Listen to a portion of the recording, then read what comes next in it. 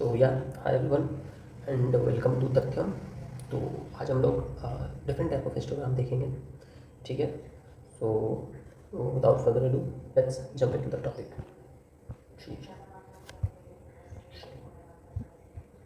अच्छा देखो, हम ना वाई एक्सिस में क्या प्लॉट करते हैं ना, जैसे जो मेरा हिस्टोग्राम था ना, ठीक है, कुछ इस तरह का हिस्टोग्राम आया था लास्ट वीडियो में, ठीक है। तो ये जो वाई एक्सिस है ना, हम ये वाई एक्सिस में क्या प्लॉट करते हैं ना, क्या एट्रीब्यूट को प्लॉट करते हैं, उसके बेसिस पे हमारा हिस्टोग्राम चेंज होगा, different different type of histogram मिलेगा।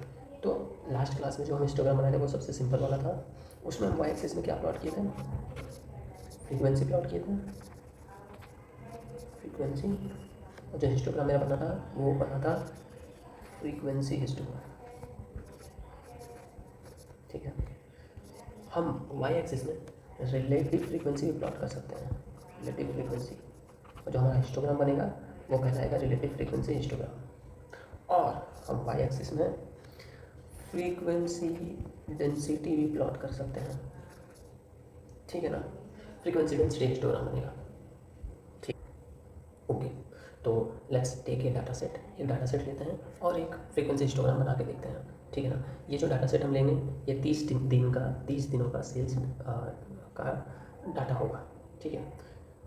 सो ये जो है सेल्स का डाटा है और 30 डेज, लास्ट 30 डेज जो हम लोग का स्टोर में हुआ, ठीक है। तो लेट्स से ये है सेल्स, ये frequency days, let's say 400 to 600 rupees हम लोग का सेल्स हुआ 2 दिन, ठीक है। 600 to 800 हम लोग का सेल्स हुआ 3 दिन। तो हाँ, ये है सेल्स डाटा, ठीक है।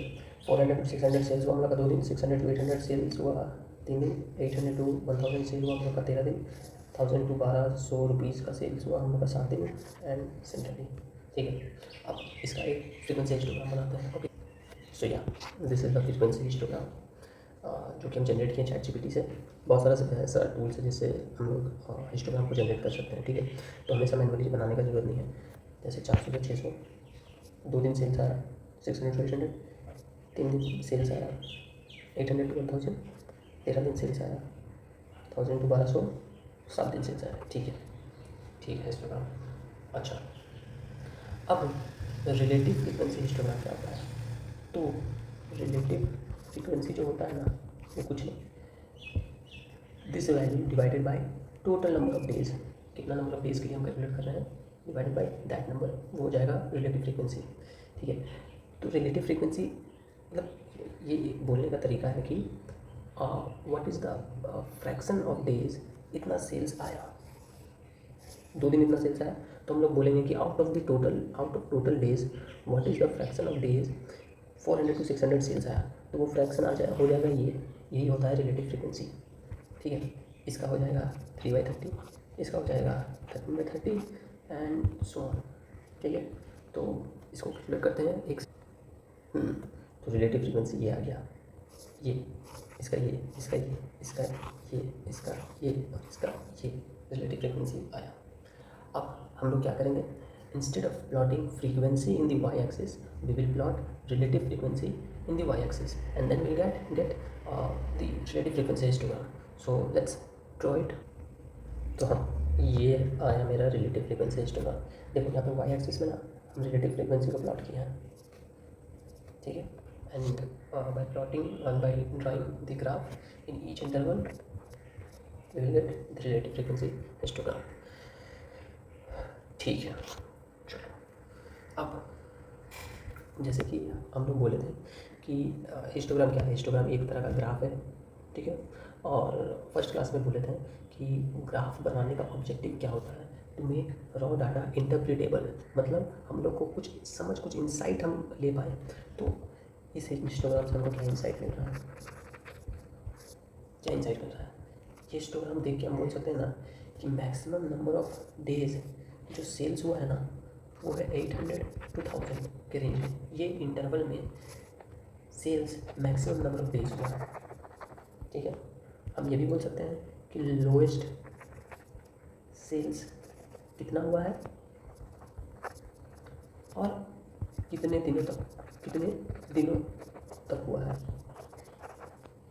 ये देखो लोएस्ट सेल 400 to 600 इंटरवल है और कितना कितना कितना दिन लोएस्ट सेल हुआ है, 2 दिन। सिमिलरली हम ये भी बोल सकते हैं कि हाईएस्ट सेल कितना हुआ है और कितने दिनों तक हुआ है। वाई एक्सिस से देख के बोल सकते हैं कितने दिनों तक हुआ है।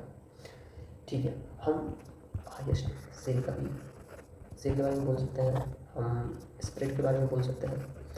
सेल्स जो स्प्रेड है ना वो 400 to 600 मतलब मिनिमम सेल्स जो है 400 है, मैक्सिमम सेल्स जो है वो 600 है। ठीक है, तो ये तो इंसाइट मिला हमको हिस्टोग्राम से। लेकिन ये सब जो इंसाइट मिला मेरे को तो यार टेबल देख के भी मिल सकता है। ये टेबल देख के भी हम बोल सकते हैं कि हाँ maximum number of days sales 800 to 1000 रहा है। लोएस्ट सेल 2 दिनों तक हुआ है, हाईएस्ट सेल 2 दिन हुआ है, स्प्रेड कितना है तो टेबल देख के भी बोल सकते हैं। तो फिर क्यों हिस्टोग्राम बना रहा है? So now the question is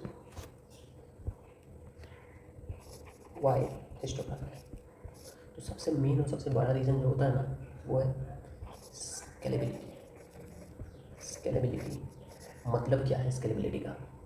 अच्छा, ये जो तुमको जो डाटा दिए थे ना वो 30 दिन का डाटा था, तो तुम इजीली टेबल में देख करके जो इंसाइट हम जो हिस्टोग्राम देख करके बोले वो तुम इजीली टेबल में देख करके बता दिए कि हाँ ये इंसाइट हम गैदर कर पा रहे हैं ये डाटा सेट का टेबल को देख करके। ठीक है, अब अगर हम तुमको लास्ट 300 डेज का सेल्स डाटा दे दिए या तो तुमको 1 ईयर दैट इज़ 365 डेज का सेल्स का डाटा दे दिए तो तुम टेबल खंगालते रह जाओगे, ये इंसाइट्स के लिए।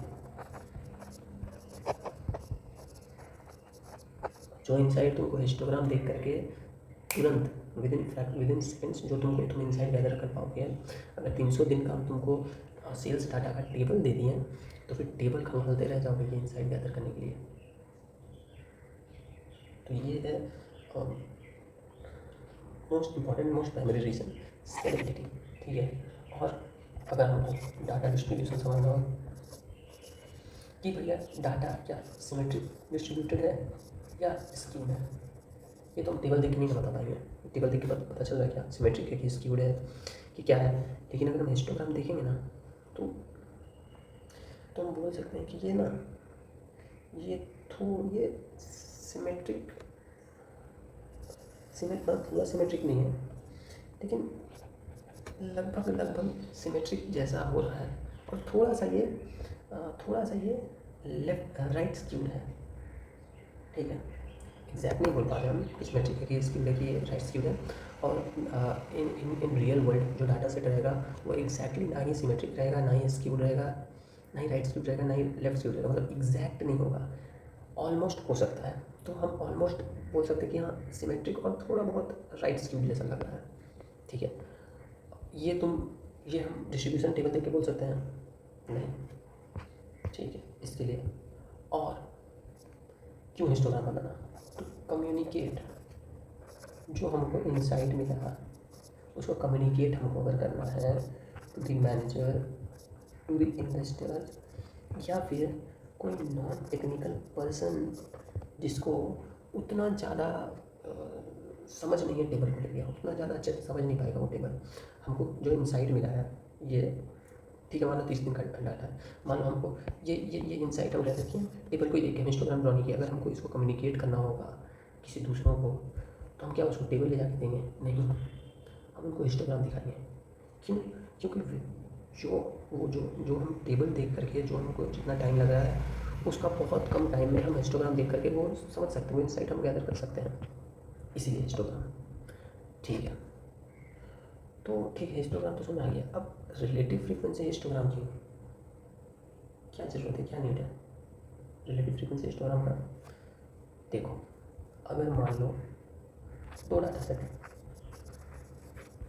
जून और जुलाई का सेल्स का डाटा सेट। ठीक है, अब हमको ये दोनों को कंपेयर करना है कि क्या सेल्स लगभग सेम रहा, पैटर्न सेल्स का सेम रहा, या सेल्स बढ़ा कि घटा, क्या चेंज हुआ, तो हम लोग फ्रीक्वेंसी हिस्टोग्राम बना लेंगे दोनों मंथ का, और फिर कंपेयर कर लेंगे। अगर हम तुमको बोलें ठीक है, ये जून और ये लास्ट 1 ईयर का सेल्स का डाटा है, अब इस दोनों को कंपेयर करो। ऑब्वियस सा बात है, 1 साल का डाटा है, तो अगर हम फ्रीक्वेंसी हिस्टोग्राम बनाएंगे तो फ्रीक्वेंसी ज़्यादा होगा, हाँ ज़्यादा होगा, तो बार का हाइट भी ज़्यादा होगा, जिसके कारण हमको एग्जैक्ट पिक्चर नहीं मिल पाएगा।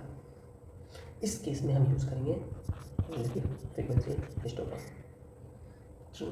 क्योंकि रिलेटिव फ्रीक्वेंसी हिस्टोग्राम ना, जो रिलेटिव फ्रीक्वेंसी वो फ्रैक्शन को रिप्रेजेंट करता है, कि मतलब out of the total number of days, how many days, sorry what is the percentage of days ये सेल्स डाटा आया है, उसको रिप्रेजेंट करता है relative frequency histogram. What is the fraction of days ये डाटा आया है, ये सेल्स डाटा आया है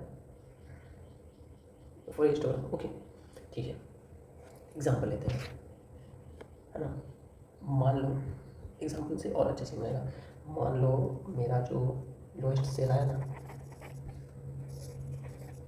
लास्ट 1 ईयर का सेल्स का डाटा हम लिया, ठीक है, लास्ट 1 ईयर का सेल्स का डाटा लिया, और जो लोएस्ट सेल मेरा आया, मान लो 10 दिन आया, 15 दिन आया, या 20 दिन आया, हम उसको एनालाइज किया, हम इन्वेस्टिगेट किया सेल्स लोएस्ट क्यों आ रहा है।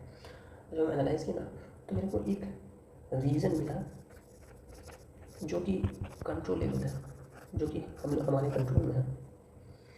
कोई भी रीज़न हो सकता है, तो वो हम लोग के कंट्रोल में है। तो हम क्या करेंगे बोलते हैं ना, वो जो रीज़न आया उसको हम रेक्टिफाई करेंगे। रेक्टिफाई किया रीज़न, या फिर कोई प्रॉब्लम होगा जिससे कारण सेल्स कम आ रहा है, ठीक है, हम उसको रेक्टिफाई किए। अब हम उसको रेक्टिफाई तो किए, जो प्रॉब्लम आया उसको हम रेक्टिफाई किए, लेकिन हमको पता कैसे चलेगा कि जो हम प्रॉब्लम पता किए थे और जो रेक्टिफाई किया वो इफ़ेक्टिव रहा, मतलब उसके कारण इफ़ेक्टिव रहा, मतलब इसके कारण हम लोग का जो लोएस्ट सेल आ रहा था ये कमा, मतलब नंबर ऑफ डेज कमा लोएस्ट सेल का।